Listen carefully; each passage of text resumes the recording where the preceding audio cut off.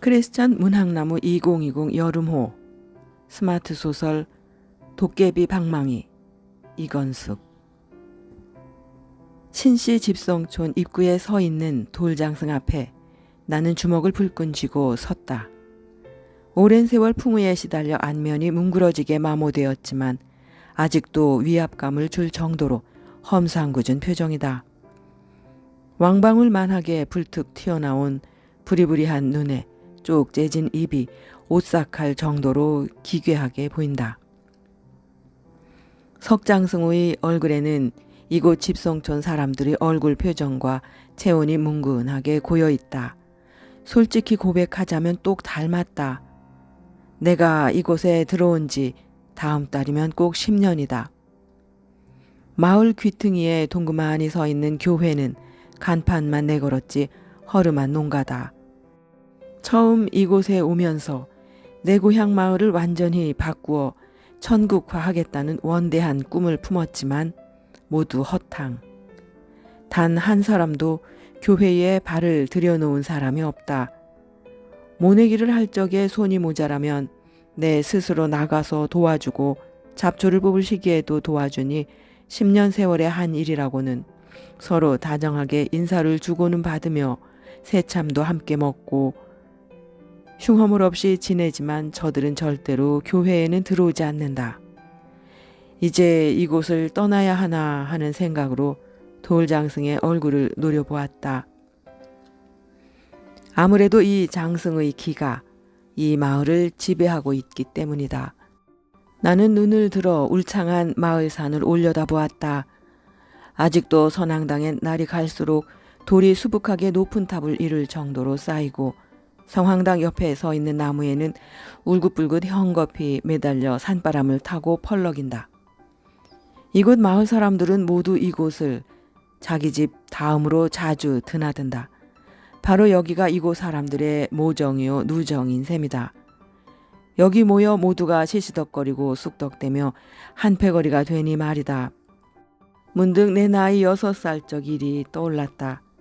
다른 집에 비해 삼순구식하기도 힘든 집에 태어나서 늘 배가 고팠다.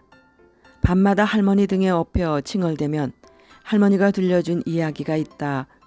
성황당 근처에 버려진 폐가에 가면 한밤중에 도깨비들이 나와서 춤도 추고 마을에 내려와 해코지할 모의를 한다고 한다.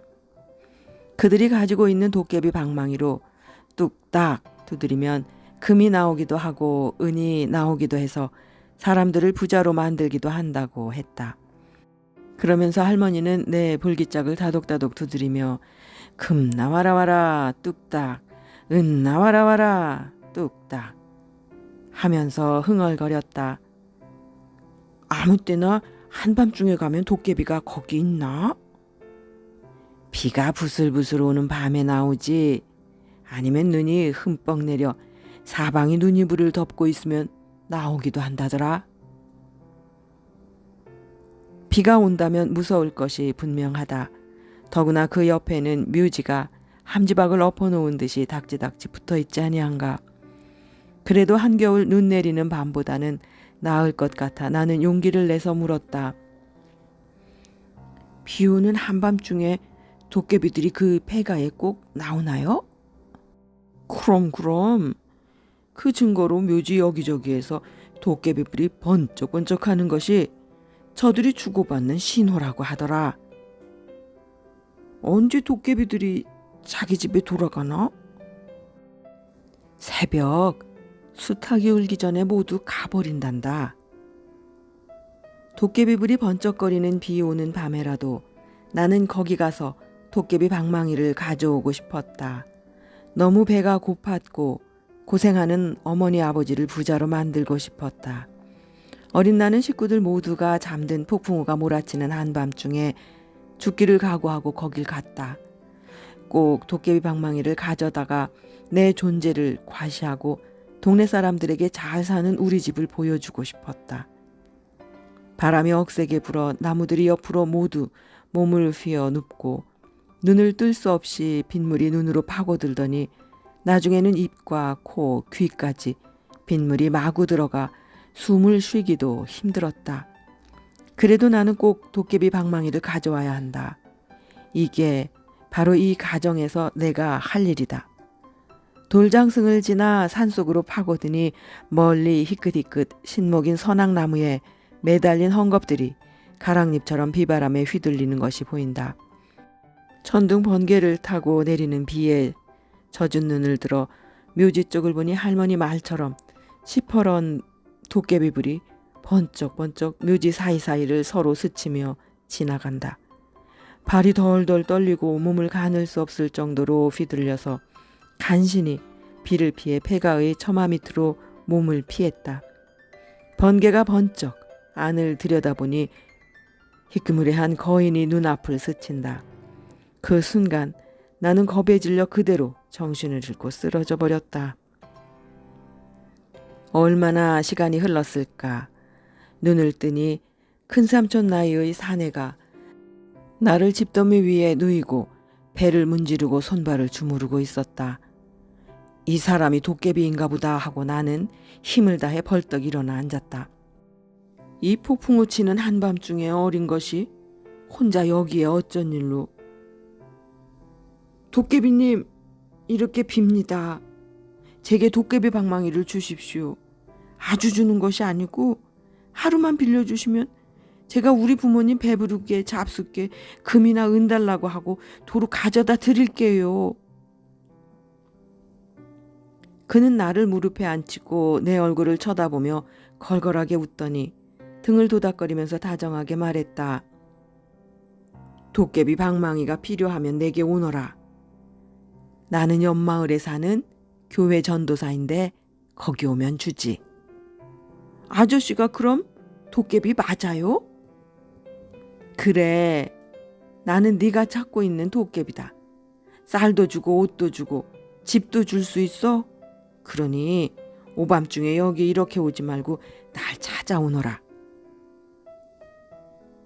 그는 나를 업어다가 우리 집 앞에 내려놓았다. 그때 이웃집 수탉이 힘차게 우는 소리를 들으면서 나는 아직 손에는 없지만 곧 얻게 될 도깨비 방망이를 끌어안고 집 안으로 들어갔다. 그 시절이 떠오르자 웃음이 절로 나왔다. 나는 선앙당 근처에 쓰러진 굵직한 나무깽이를 끌고 집으로 왔다. 그걸 손자루가 달린 말쑥한 빨래방망이처럼 깎았다. 그걸 강대상 위에 올려놓고 아내와 의논하여 돼지를 한 마리 잡아 동네 잔치를 벌렸다. 공짜로 푸짐한 돼지고기 점심을 준다니 마을 사람들이 아이들까지 모두 모여들어 차려놓은 음식을 개걸스럽게 먹어치웠다. 그들 모두 어느 정도 음식을 배부르게 먹은 뒤 나는 그 방망이를 들고 앞에 섰다. 사람들이 눈이 일제히 내게 향했다. 이게 뭔지 아십니까? 그건 몽둥이 같네요. 음식 먹여놓고 우릴 때리려고요? 배부른 탓에 마음이 풀린 마을 사람들이 모두 와글와글 떠들면서 와와 웃어댄다. 이거 도깨비 방망이입니다. 제가 선악나무 앞에서 주운 나무로 만든 것입니다. 그러자 모인 사람들이 일제히 입을 다물고 요상한 표정을 지었다. 바로 마을 지킴이 돌장승의 얼굴을 하고 나를 노려본다. 그 얼굴이 처음으로 내겐 배꼽을 잡도록 웃기는 모습으로 다가오며 저들이 모두 사랑스럽게 보였다. 이 도깨비 방망이로 여기 오셔서 내 앞에 놓은 상을 뚝딱뚝딱 두드리면 금도 나오고 은도 나오고 집도 나오니 선앙당 대신 여기 발을 들여 놓으셔요. 제가 그 비법을 전수하겠습니다. 무뚝뚝한 집성촌의 고집스러운 민초들의 입가에서 잔잔한 미소가 피어올랐다.